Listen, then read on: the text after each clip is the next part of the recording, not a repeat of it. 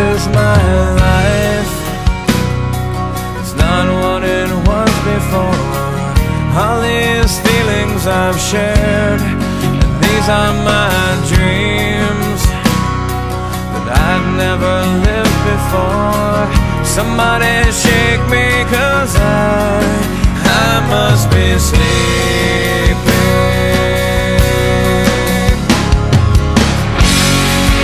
Now that we're here, it's so far away.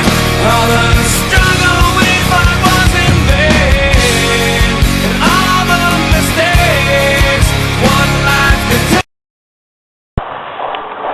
All right, here with Ox Wheeler, who will be fighting July 28th, right? Yes, sir. All right, Ox, tell us about your career. How'd you get started? Basically, I got into a lot of trouble. I was in a drug court program in town, started off probation. Got in a lot of trouble when I was younger, fighting ground in the red, got into, in and out of jail. So basically, when I got off probation, I had this big gap in my life, and basically, just took it up. And it's like my stress ball. Whenever I got a lot of stress, I'll come over and beat someone up, and I'll feel better.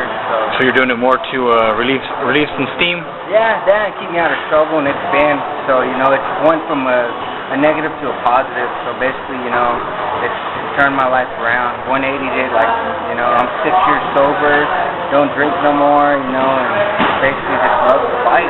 Man, that's just in my blood. And then you're 8-0, right, as a professional? Yes. And you were telling me you don't know who you're fighting? Nah, it doesn't matter. Usually whenever, any situation, I'd rather not know. Whoever's standing across the cage or across the ring from me and they tell us, you ready, I'm ready, and let's go. I'm not there to make friends, I'm there to win a fight, What about, before, so if you find out who it is, you don't even look them up? Nah, I don't care to Google them. I'll let them Google me, and I'll let them I'd rather them know about me than, because there ain't really no tricks of the trade out there in the world that we don't train, so how come you don't like to learn anything about him? All I really need to know, if my coach says he's a wrestler, then I work on sprawls, work on takedown defenses, work on a little bit of that.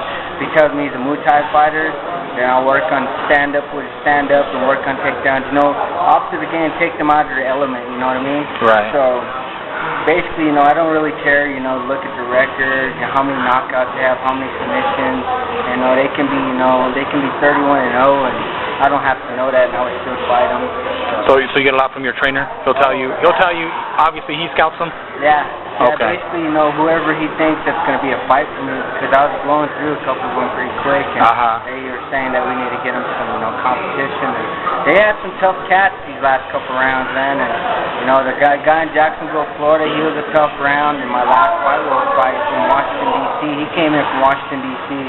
He was a tough kid, and I ended up hyperextending his arm and popping his knee, so I got him. But he was still tough. Don't get me wrong, But usually I'm kind of a in and out kind of guy, You want to take care of business and go? Yeah, that's the way I am, So maybe they weren't easy fights. You just wanted to take care of business. Yeah, that's just the way I am. I like to get in there and get it done and go back to my lady. So. Is that what you like to do? Just train, go to school. Because right now I'm 2 semesters and getting a bachelor's in sociology, and basically this is like my other job. It's like my part-time job. Okay. So keeps me in shape and keeps me going, and I like it and I love it. So where do you go to school at? Over at C&M.